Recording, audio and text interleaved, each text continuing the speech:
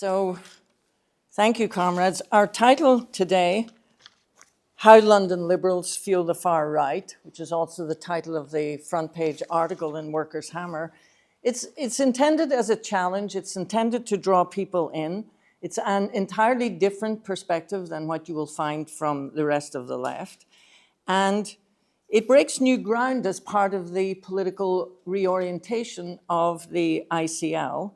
So I hope it makes you think differently about familiar concepts, as it certainly has done for us. So what I'm going to do in my presentation is to highlight the key concepts and conclusions from this article. First, I want to place the rise of the far right in the broader international context of the breakdown of the liberal world order that we have known for the past 3 decades. And I want to show you that liberalism, which has been a central pillar of British politics during this period, is a key contributor to the rise of the far right. I'll also show how the socialist movement has in fact strengthened liberalism. Instead of, they treat it as kind of a step in the right direction, instead of what they should be doing, which is exposing liberalism for what it is. It's a tool of the ruling class. It's a barrier to the struggle for socialism and for working class power. And from there, I'll take you to the conclusion that should be obvious by then, that the socialist movement must break with liberalism. Because if not, if we don't break these ties that bind the left and the working class to liberalism, the continued rise of the far right is in fact guaranteed. So, get right into the substance of it. In the 3 decades since the end of the Soviet Union, during which American imperialism has reigned supreme over the rest of the world, liberalism has been the preferred ideology of the imperialist ruling classes, including in Britain. And in this, the era of globalization, when finance capital surged through every country on the planet, liberalism gave a progressive ideological cover to this pursuit of stupendous profits. Today, of course, as Ray mentioned, the US-dominated order is coming apart, and there is a growing right-wing backlash against liberalism, and the growth of the far right is part of that backlash. But what do we mean by liberalism? Broadly speaking, the term applies to defenders of the post-Soviet order, the supporters of international institutions such as the European Union, NATO, the United Nations, and it's usually associated with support to these august bodies which are supposed to uphold human rights, something called the International Rules-Based Order, and they proclaim other, lofty ideals. But who are we talking about when we mention liberals?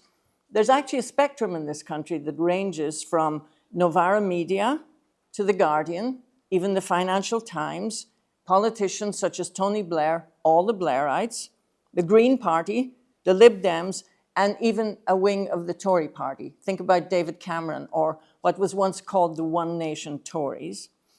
Now, liberalism has long been the preferred ideology of the British establishment to justify their plunder and exploitation of the world. For example, in the 19th century, it was the British liberal free traders who gifted the Irish population a famine that wiped out millions of people. And the British Empire subjugated and sucked their wealth out of the vast colonies in the name of bringing liberal enlightenment. And so when we come to the end of the Cold War, liberalism got a new lease of life to justify globalization, and in particular, the neoliberal economic order that went with it. So as vast new markets opened up to finance capital, liberalism proved to be just the ticket to give a progressive tinge to this unrestricted plunder and pursuit of profit. But it also proved to be very effective in neutralizing the working class by buying off its pro-imperialist leaderships. Speaking of which, Labour leaders don't come any more slavish to imperialism or more easily bought than Sir Keir Starmer, aka Sir Kid Starver, but now apparently Free Gear Keir, who climbed to the top on the basis of his unconditional support to British imperialism, to their American imperialist masters, and of course that means unconditional support to the genocide of the Palestinians. Now, in this election, Labour won its loveless landslide in the context where the left failed to provide a pro-working class opposition to Starmer, which is something that we campaigned for. And in the absence of such an alternative, the real winner in the election, in many ways, was Nigel Farage's Reform UK, because they were able to posture as the only real opposition to the establishment parties.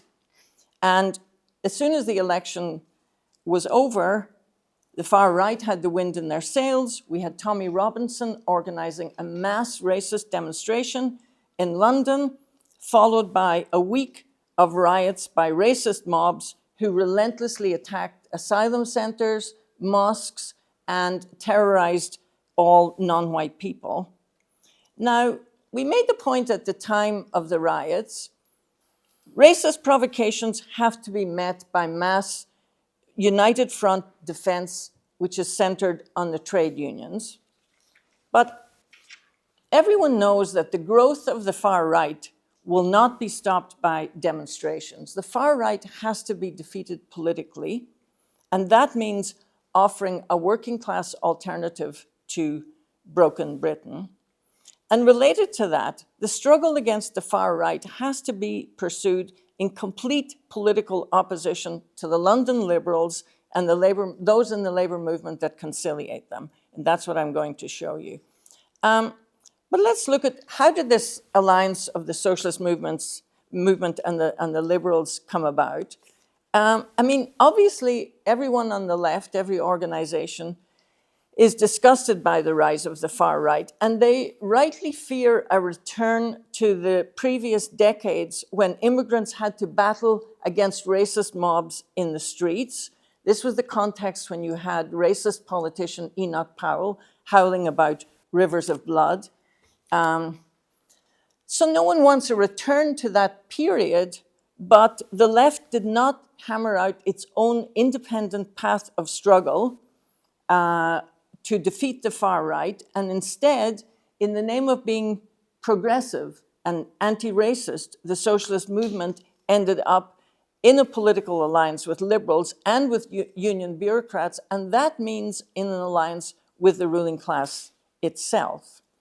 For liberals, you know, the consensus is, and it's also shared in the socialist movement, that the way to tackle racism is to focus on the racist propaganda, racist ideas that are spread in the media, especially by right-wing media, by politicians, not just demagogues like Farage, but also Tory and Labour politicians. And so against this, they emphasize the need to promote pro-immigrant ideas and propaganda, positive arguments in favor of immigration, and to refute, you know, racist lies and misinformation. And most people, liberals and socialists, would agree that tackling poverty is key to undercutting the support of the far right.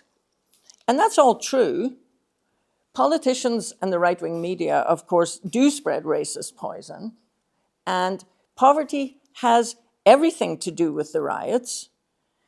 But that doesn't answer the question, why is it that people who are on the receiving end of poverty and of the ills of the society are not turning to the left, but are turning to the right? That's the key question.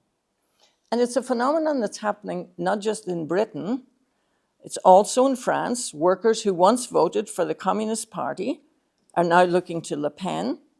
The German Social Democrats have lost out massively to the AfD. And in Britain, the former Labour heartlands are turning to Farage. Many of the workers in those areas despise Labour, and not just Starmer, but Corbyn as well, as we shall see. But first, to understand why such a large section of the working class is turning to the far right, we have to look at the material reality of the decaying British economy. And in particular, how has liberalism served the British ruling class in this period? First of all, liberalism gives a progressive cover to deindustrialization, which is one of the most crushing aspects of the neoliberal economic model. It was Margaret Thatcher who famously began the process of killing off manufacturing industry. Her motivation in large part was her war on the trade unions, starting with the miners' union. She restructured the entire economy and centered it around finance capital and the City of London. Her deregulation of banking and finance led to the rise of Canary Wharf and all those skyscrapers that you see dotting the London skyline. Tony Blair carried forward the economic transformation that was begun by Thatcher, but Blair did it differently. He did it with a social liberal veneer. Whereas Thatcher relished the class war against the unions, Blair came into office proclaiming the class war is over.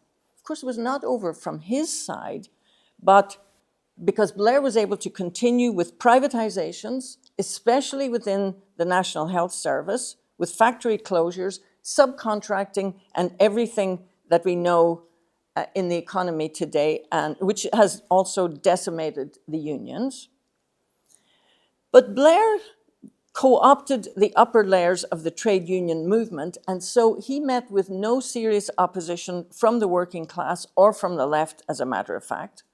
You know, there's a reason that when Margaret Thatcher was asked what was her best legacy, her greatest legacy, she said it was New Labour. To digress for a minute, I can give you another example of how liberalism can work for the ruling class. In the Thatcher era, she waged a vicious war against the IRA, and she was very hardline. Those hunger strikers could die, and she would not give them an inch. Fast forward to the Liberal era, along comes Tony Blair and Bill Clinton, who were the prominent leaders of that era, and in the name of peace, they succeeded in persuading the IRA to disarm itself and lay down its weapons, and freed up the British Army for Afghanistan and Iraq. So liberalism can work very well for the ruling class. Now, going back to Blair's economic model, which shaped the country as we know it today, the European Union, of course, stood at the very center of it. The EU mandated privatization, union busting, outsourcing, and a flexible workforce. The EU also provided a progressive makeover for this imperialist plunder with its promises of things like free movement, open borders, the social charter, and not forgetting the European Union's institutional cousin, the European Court of Human Rights, which is the bête noire of Farage and the right wing. Now, it was also during this period in Britain, during the Blair era, that anti-racism was embraced by the ruling class, and the outward appearance of things was given a makeover. So just to give you one example, out went the old school textbook that had the map of the world colored in red to show that the sun never set on the empire.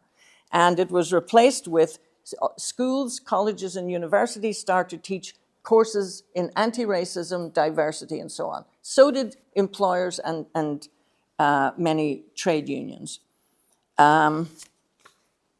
Also, during this era, migration numbers soared to unprecedented levels.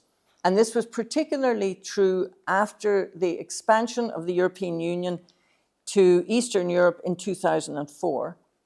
But those numbers have continued to rise since that time, including under the Tories, and again after Brexit, right up to today.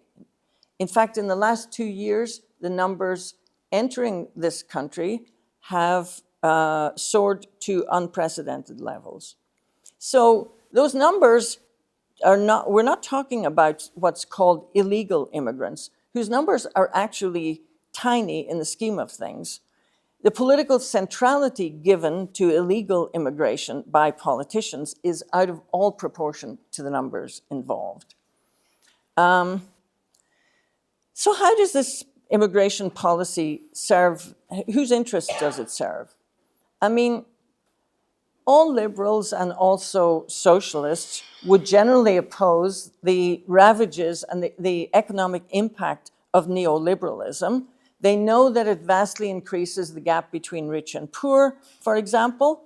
But what they cannot admit is that high immigration is actually indispensable to the neoliberal economic model.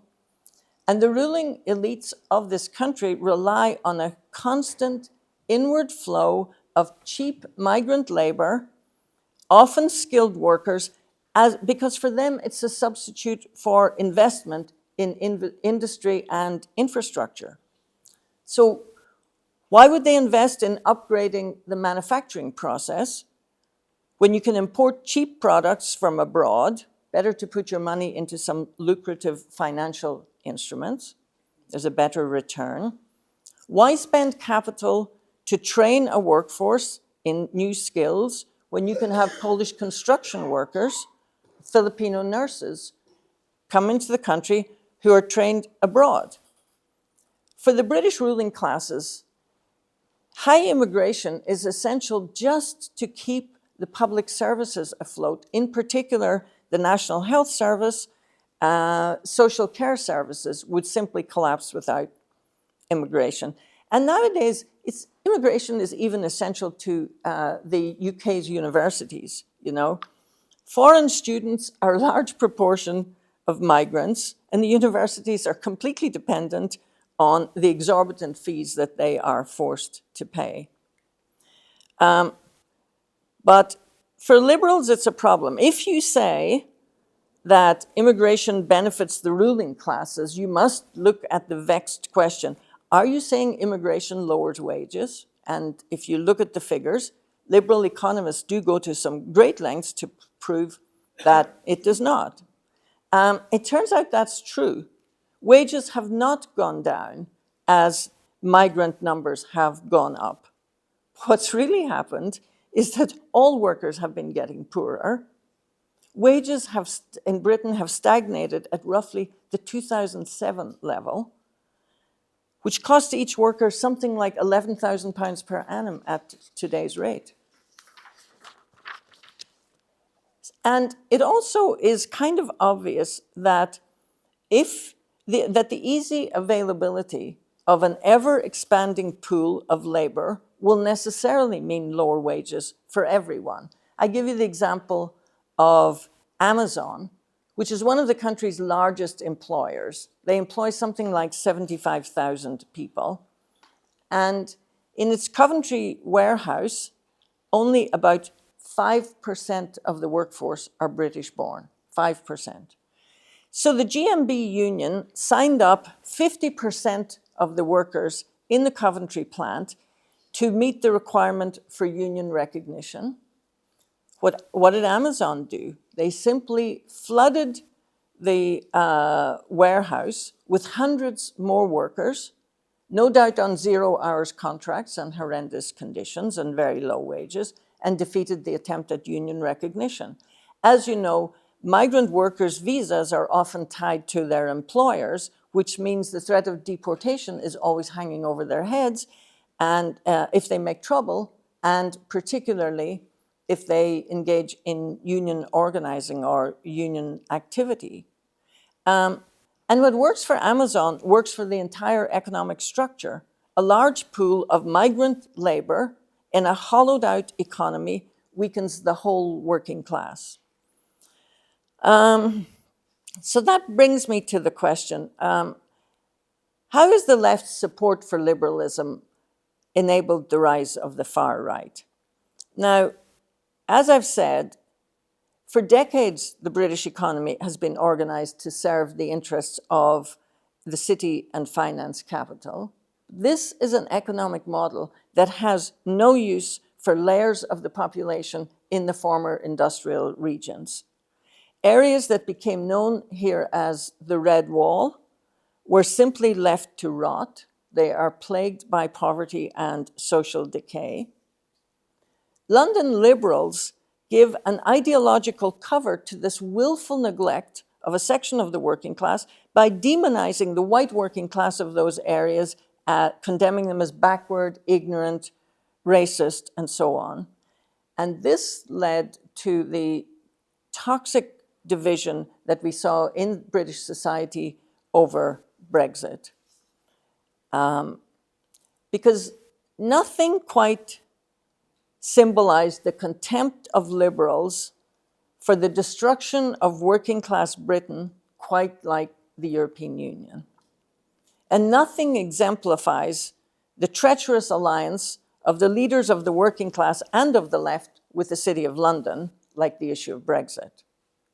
Millions of working class people saw the European Union as the source of high immigration and as the cause of economic decay. Nigel Farage milked their anger against the EU and against the London elites and directed it against immigrants. And immigration totally dominated the Brexit debate. But it also must be said, Corbyn's role in this polarization over Brexit cannot be overstated. The year before the Brexit vote, Corbyn had won the leadership of the Labour Party. He was propelled into the leadership by a surge of opposition to Blairism at the base of the party.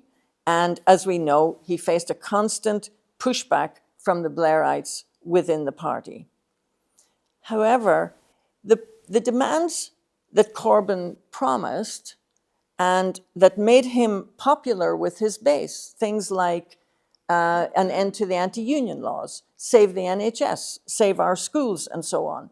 Those demands could only be achieved by a break with the right wing and by mounting a fundamental challenge to the British establishment. And Corbyn's Left Labour programme precludes him from doing that.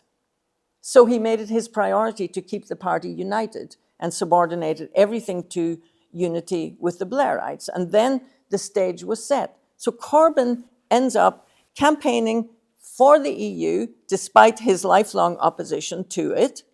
And almost the entire left, including the left trade union leaders who supposedly were opposed to the EU, all lined up behind Corbyn.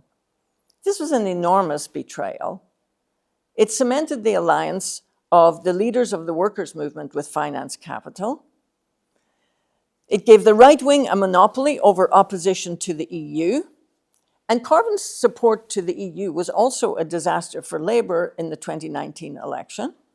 He ended up running the election campaign as the candidate for a second referendum. And of course, he lost to Johnson. And actually, to this day, Corbyn's pro-EU manifesto for that 2019 election is regarded by socialists, particularly in the Socialist Party, I believe, as the Holy Grail.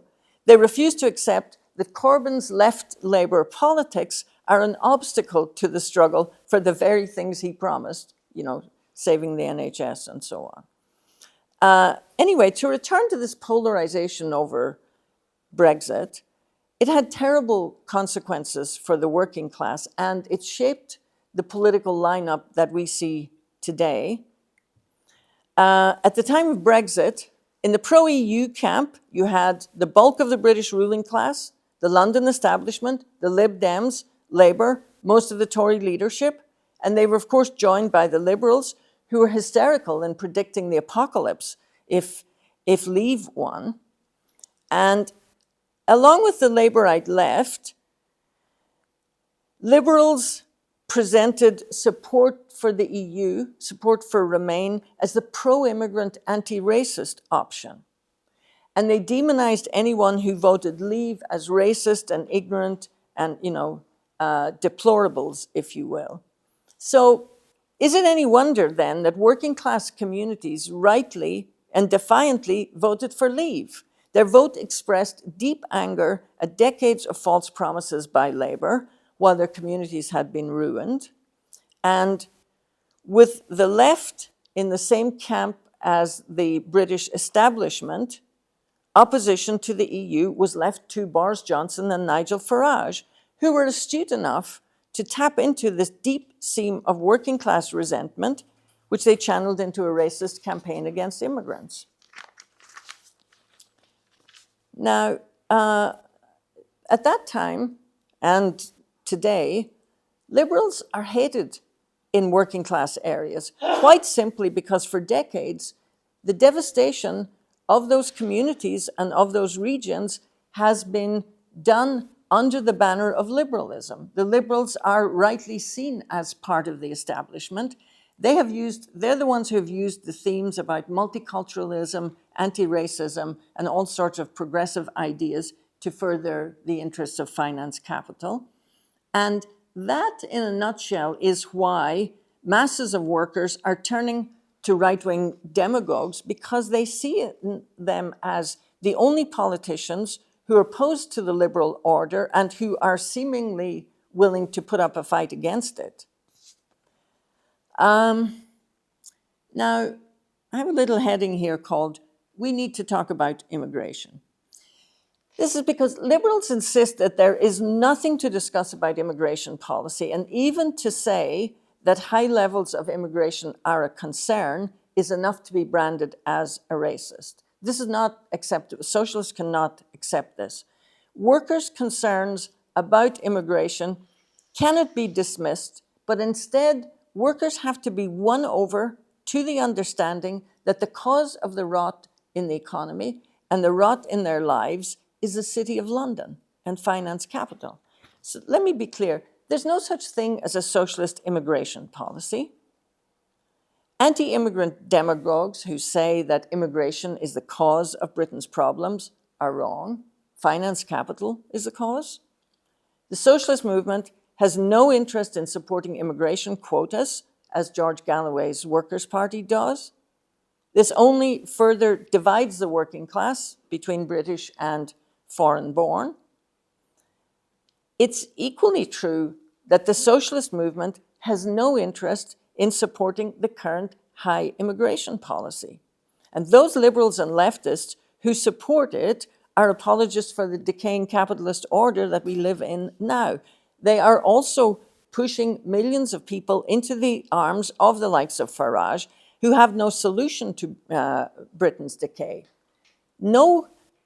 Despite all the rhetoric and scapegoating of immigrants, no government, Tory or Labour, or even if it included Farage, will seriously cut immigration numbers. It's not in the interests of the bourgeoisie to do so, and if any government were crazy enough to just pull the plug on immigration, the entire economy would collapse. So also, if you think about it, bringing ever larger numbers of migrants into a decaying economy is not progressive. It only increases existing tensions while creating fertile ground for anti-immigrant sentiment and pogromist violence, as we saw during the summer riots. Racist hysteria against refugees was inflamed by the policy of the government towards migrants who the government denies them the right to work, then sticks them in accommodation in rundown, impoverished areas as if to rub it in the faces of the very poorest people who live there. There's no solution to the question of immigration. There's no right numbers as long as the economy is organized around the city. The only progressive way forward lies in rooting out that whole system and reorganizing the economy around a rational plan for reindustrialization. And the only agency that can do that is the workers' movement. But for that, it has to rid itself of all the liberals and Labourites. And if you want, I want to look at why socialists must split with the liberals, which is one of the main themes of our article. So to answer that question, let's take a look at what happens when you try to fight the far right in an alliance with the Liberals and the trade union bureaucrats. This is exactly the problem with the SWP's Stand Up to Racism. It is all geared towards those very Liberals whom workers despise, while at the same time, of course, it's very good for giving trade union bureaucrats some progressive credentials. But if you take Stand Up to Racism's central slogan, refugees are welcome here, well, of course, the workers' movement must defend refugees and oppose deportations, but it matters who's welcoming refugees and for what purpose. Are they being welcomed as cheap labor by some cockroach capitalist or some bullying NHS managers or some private consortium that makes a vast fortune out of running social care homes for the elderly? Or are refugees being welcomed into the workers' movement in a way which strengthens the unity of the class against the British ruling class? In a situation that I have just mentioned, where the government has sent asylum seekers into accommodation in a rundown area, the slogan "refugees are welcome here" is worse than useless. It's bound to inflame tension and frustration. And in fact, we saw this in Rotherham during the riots, where the Holiday Inn in which the migrants were housed was being set on fire by racist mobs. We've seen similar scenes in Ireland where busloads of immigrants have been sent to very small villages with a very small population, and the refugees are housed in the one hotel that is there for people to use for any social occasion, weddings, funerals, or what have you. It's calculated almost to inflame tensions with the local population and can only breed resentment. From the point of view of the working class, what's needed is a campaign of mass unionization of foreign workers linked to a program for the expropriation of the city. It would be a good start if we had a campaign to house refugees in some of the king's palaces, or those luxury apartments in Canary Wharf, or those properties that are registered in tax havens. That campaign would do more to unite immigrants with white workers than all the liberal appeals of Stand Up to Racism. But don't hold your breath for them to organize it, because, of course, it would alienate the trade union bureaucrats who bankroll them. So from the period of the Blair era to Brexit, the left and the leaders of the working class have pursued alliances with liberals against the working class. We saw it again during the COVID pandemic. The lockdowns were disastrous for the working class. The damage is still being felt to this day, but the most virulent defenders of the lockdowns were found not on the right, but on the left and among liberals, and of course the trade union leaders. When you had mass demonstrations in London, which attracted not just crazy conspiracy theorists, but tens of thousands of ordinary working people who were sick of the economic and social consequences of the lockdowns. At those demonstrations, we were usually the only socialist group, because the liberals and the entire socialist left condemned the protesters as reactionary, anti-science, and so on. And more recently, you can see the same alliance of the left with liberalism entailing the anti-working class Green Party in the name of environmentalism. Over 2,000 Port Talbot workers have just been thrown on the scrap heap in the name of environmental improvements, and thousands more steel jobs are about to be axed in England. And yet sections of the left were over the moon at the fact that the Greens won 4 MPs in the last election. But actually, in countries where the Greens have been in government, they are loathed by the working class. To give you a couple of examples, the Greens are hated in Ireland, which, has been described as the most globalized country in the world, and which, not coincidentally, suffered a horrendous blow from the financial crash in 2008. And of course, as everywhere, the working class was forced to pay for the bailout of the financial system. The Greens were in the Dublin government that imposed the most severe austerity on working people that the country has ever seen. That's why they're hated. And take Germany as an example. The Greens in government are consistent hawks for NATO's war in the Ukraine.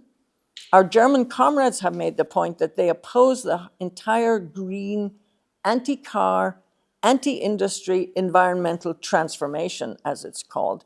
And our comrades expose it for what it is, a reactionary campaign by the bourgeoisie to drive up the rate of profit and bleed the workers.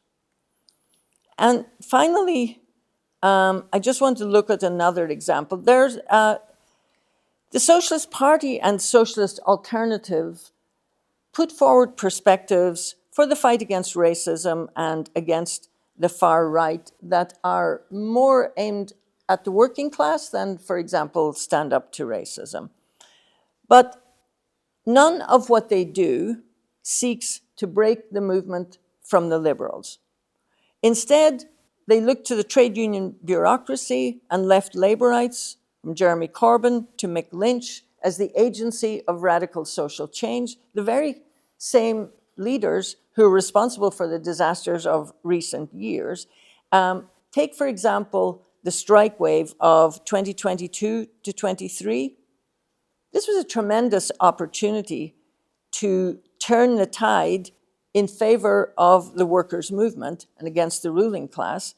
But those trade union leaders led it to defeat. And they're the same trade union leaders that turned around and put Sir Keir Starmer into office.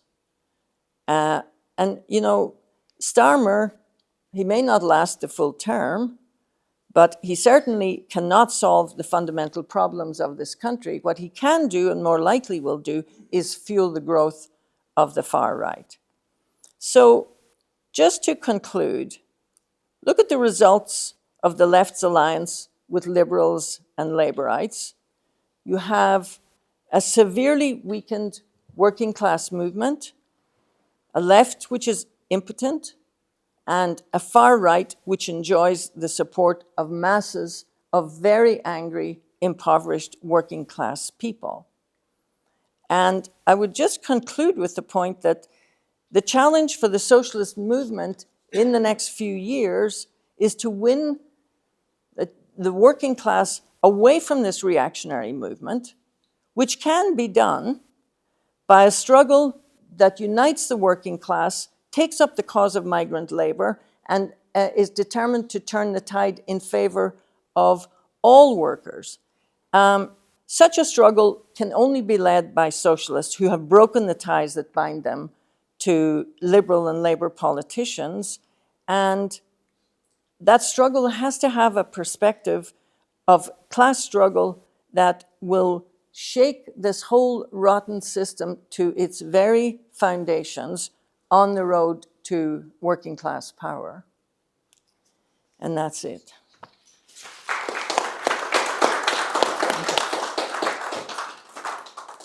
Thanks very much, Eibhlin.